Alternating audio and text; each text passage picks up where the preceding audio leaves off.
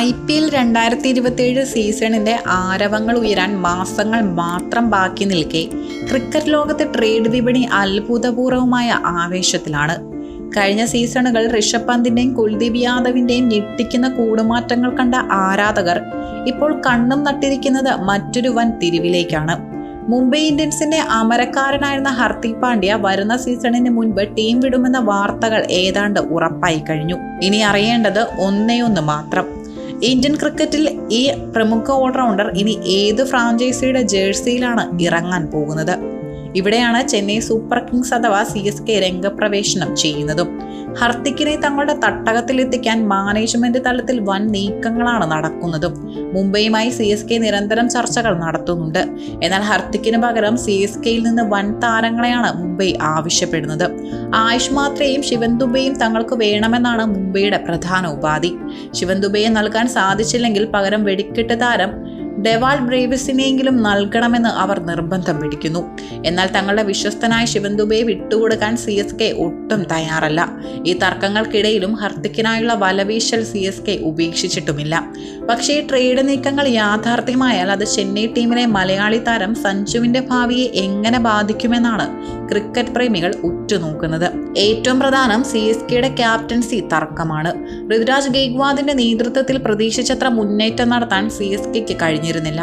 അതിനാൽ വരും സീസണിൽ പുതിയൊരു നായകനെ കണ്ടെത്താൻ CSK മാനേജ്മെന്റ് ആലോചിക്കുന്നുമുണ്ട്. കഴിഞ്ഞ സീസണിൽ വൻതുക നൽകി ടീമിലെത്തിച്ച സഞ്ജു തന്നെയായിരിക്കും ആ സ്ഥാനത്തേക്ക് വരികയെന്നാണ് കരുതപ്പെട്ടിരുന്നതും. എന്നാൽ ഹർദിക് പാണ്ഡ്യ കൂടി ടീമിലേക്ക് വന്നാൽ കാര്യങ്ങൾ തലകീഴായി മറിയും. IPL കിരീടം ഉയർത്തിയ പരിചയസമ്പത്തുള്ള ഇന്ത്യൻ ടീമിലെ സീനിയർ ഓൾറൗണ്ടറായ ഹർദിക്കിന് തന്നെയാകും CSK മാനേജ്മെന്റ് മുൻഗണന നൽകുക.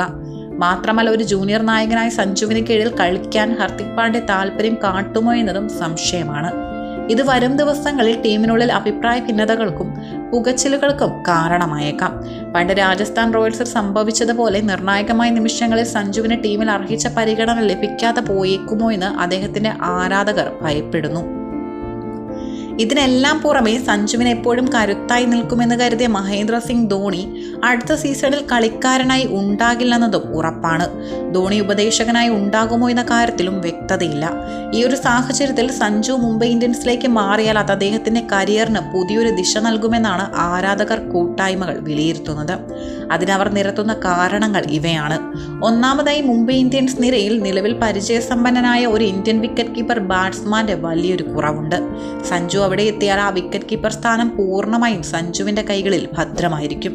രണ്ടാമതായി, മുംബൈ ടീമിലെ പ്രധാന താരങ്ങളായ രോഹിത് ശർമ്മ, ജസ്പ്രീത് ബുംറ, സൂര്യകുമാർ യാദവ് എന്നിവരുമായി സഞ്ജുവിന് ആഴത്തിലുള്ള സൗഹൃദമുണ്ട്. ഇന്ത്യൻ ടീമിൽ സഞ്ജുവിനെ എപ്പോഴും പിന്തുണച്ചിട്ടുള്ള താരമാണ് രോഹിത് ശർമ്മ. അതിനാൽ മുംബൈ ഡ്രസ്സിംഗ് റൂമിൽ സഞ്ജുവിന് മികച്ച പിന്തുണയും സ്വീകാര്യതയും ലഭിക്കും. മൂന്നാമതായി, വരാനിരിക്കുന്ന സീസണോടെ രോഹിത് ശർമ്മ IPLൽ നിന്നും വിരമിക്കുകയാണെങ്കിൽ മുംബൈയുടെ ഓപ്പണർ റോളിലേക്ക് സഞ്ജുവിന് അനായാസം കടന്നുവരാൻ കഴിയും. പവർ പ്ലേകളിൽ തകർത്തടിക്കാൻ ശേഷിയുള്ള സഞ്ജുവിന് ഓപ്പണിംഗ് സ്ഥാനം നൽകുന്നത് മുംബൈക്കും സഞ്ജുവിനും ഒരുപോലെ നേട്ടമാകും. എങ്കിലും പ്രായോഗിക തലത്തിൽ ചിന്തിച്ചാൽ സഞ്ജു മുംബൈയിലേക്ക് ചേക്കേറാൻ സാധ്യതകൾ വളരെ വിരളമാണ്. കാരണം കഴിഞ്ഞ സീസണിൽ 18 കോടി രൂപ എന്ന ഭീമമായ തുക നൽകിയാണ് CSK സഞ്ജുവിനെ സ്വന്തമാക്കിയത്. ടീമിന്റെ ഭാവി നട്ടലായി കണ്ടുമാത്രം കോടികൾ മുടക്കി വാങ്ങിയ ഒരു താരത്തെ ഒറ്റ സീസണിന് ശേഷം ട്രേഡ് ചെയ്യാൻ CSK മാനേജ്മെന്റ് ഒരു കാലത്തും കൂട്ടാക്കില്ല. ചുരുക്കത്തിൽ ഹർദിക്കിന്റെ ചെന്നൈയിലേക്കുള്ള വരവും സഞ്ജുവിന്റെ മുംബൈ സാധ്യതകളും IPL വരാന്തകളിൽ വലിയ ചർച്ചയായി പുകയുകയാണ്. വരും ദിവസങ്ങളിൽ നടക്കാൻ പോകുന്ന ഔദ്യോഗിക പ്രഖ്യാപനങ്ങൾ മാത്രമായിരിക്കും ഈ ഊഹാപോഹങ്ങൾക്ക് വിരാമമിടുക. ഏതായാലും വരാനിരിക്കുന്ന IPL ലേലവും ട്രേഡ് വിപണിയും മൈതാനത്തിന് പുറത്ത് വലിയൊരു ക്രിക്കറ്റ് നാടകത്തിന് തന്നെയായിരിക്കും കളമൊരുക്കുക.